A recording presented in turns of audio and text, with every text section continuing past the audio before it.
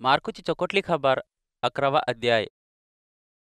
येसू आणि त्याच्या शिष्यांना एरुशलेम शहराजवळ पुरले. ओलिवला मनावचे माडाच्या जवळ राहावचे बेत्सगे आणि बेथानिया मनावचे गावांजवळ आल्यावर येसू आपणाचे दोघीजण शिष्यांना देखून पुढे राहावचे गावी जा म्हणून धाडला. तुम्ही ते गावी गेल्याबरोबर एक गाढवाचा पिला तुम्हाला बांधून दिसते. त्यावर आतापर्यंत कोणीच नाही बसला. त्यात सोडून येथे धरून या. त्यात कहा सोडून नेत हा म्हणून तुमचा कोणी रहो पूसले ना. हे आमच्या प्रभूले पाहजेल. यात अनेक संघास फिरून धाडते म्हणून जवाब सांगा म्हणला.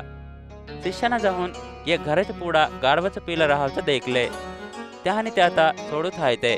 तवत हत्ती उभा होऊन राहिलेले काही जण माणसा ते गाढवाचे पिलेता कहा सोडता म्हणून पूसले. त्याने येसू सांगा म्हणलेला जवाब सांगले. तवत हे माणसा त्यात जवाब देले. त्याने ते गाढवाचे पिलेता येसूच्या जवळ धरून येऊन त्याच्या कपड्यांता त्यावर हातुरले. मग येसू त्यावर बसला. कितीको जण माणसा आपणाच्या कपड्यांता रस्त्यावर हातुरले आणि काही जण वावरम पतोरलेले झाडांच्या खांद्यांता रस्त्यावर हातुरले. येसूचे पूडा मांगा चालवचे वाले होसन्ना प्रभूच्या नावाना यववचे वाल्याची स्तुती होऊन दे म्हणून बोमुल्ले. यववचा आमचा दादीबाप झालेला दावीदची राज स्तुती होऊन दे.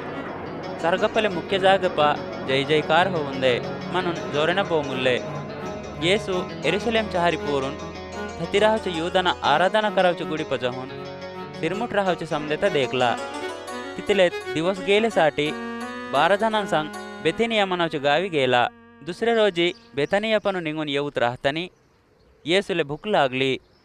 पाना राहावच्या कटुंबरीच्या झाडाता येसू दूरनु देखून त्यावर पंडिंग हायत काय म्हणून देखवसाठी जवळ गेला. पण त्याले पानं बिगर पंडिंग नाही दिसले. कहा म्हणले ना पंडिंग लागावचं ते वकत नव्हे.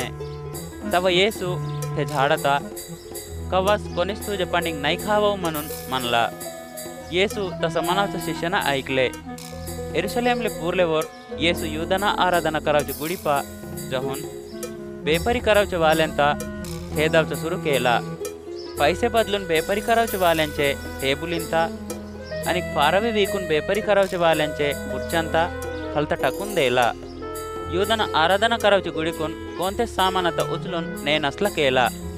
तो बोध करूत माझं घर समदे माणसांले प्रार्थना करावचं घर म्हणून बोलावतेत म्हणून ग्रंथमंप लिहुले पाणी तुम्ही ते आता चोरट्यांची भुयेरीवाणी केल्या म्हणून म्हणला. थती राहिले माणसा येसूचा बोध ऐकून अवचित झाले. मुख्य कटोडे आणि खानोनी तर बोध करावचे वाले भिवून येसू तर मारून टाकवले रस्ता धांदरावले सुरू केले. दिवस गेल्यावर तो अनेक त्याच्या शिष्यांना शहर सोडून देऊन गेले. सक्कर त्याने ते रस्त्याने जाऊत ते कटुंबरीचं झाड सिरंपणू वारून राहावचं त्याने देखले. पेतुरुले येसू म्हणलेल्या गोष्टी हेतू येऊन येसूता रब्बी हदेक तिकडे देख तू सापेनं दिलेलं कटुंबरीचं झाड वारून गेला म्हणून म्हणला. तेव्हा येसू त्याहंता असं म्हणला. तुम्ही भगवंतावर विश्वास ठेवा. मी खरंच तुम्हाला सांगताव हृदय पा अनुमान करेन असला मी म्हणलेलं ते होते म्हणून विश्वास करून या माडात जाऊन तू समुद्रप पड म्हणून म्हणले ना ते तसंच होते. त्यासाठी मी सांगावचं काय म्हणले ना तुम्ही प्रार्थना करताना काय मागताय ते तुम्हाला भेटते म्हणून भरपूर विश्वास करा तेव्हा ते तुम्हाला भेटते. तिथलाच नाही पाणी तुम्ही प्रार्थना करावसाठी उभं झाल्यावर तुम्ही कोणासंगू रहो वैरी राहिले ना त्यात माफी करा. तेव्हा सर्गप राहावचं तुमचं बाप तुमच्या पापांत माफी करते. तुम्ही दुसऱ्यांत माफी नाही केलं ना सर्गप राहावचं तुमचं बाप तुमच्या पापांत काही माफी नाही करे. येसू आणि त्याच्या शिष्यांना एरुशलेमले अनेक आले.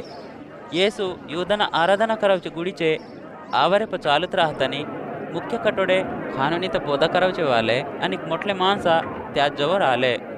त्याने ते आता कोण दिलेले अधिकार न तू यहांत करतायस हे करावसाठी तुले अधिकार कोण दिले म्हणून पूसले. येसू जवाब सांगूत असं म्हणला. माता एक प्रश्न पूसव द्या त्याले तुम्ही जवाब सांगा.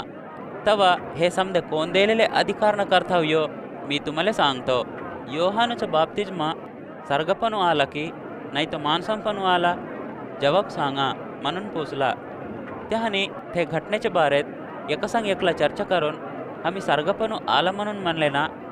मग तसं म्हणले ना तुम्ही योहानता कहा नाही नमल्या म्हणून पूछते. आम्ही माणसांपणू आलं म्हणून म्हणले ना.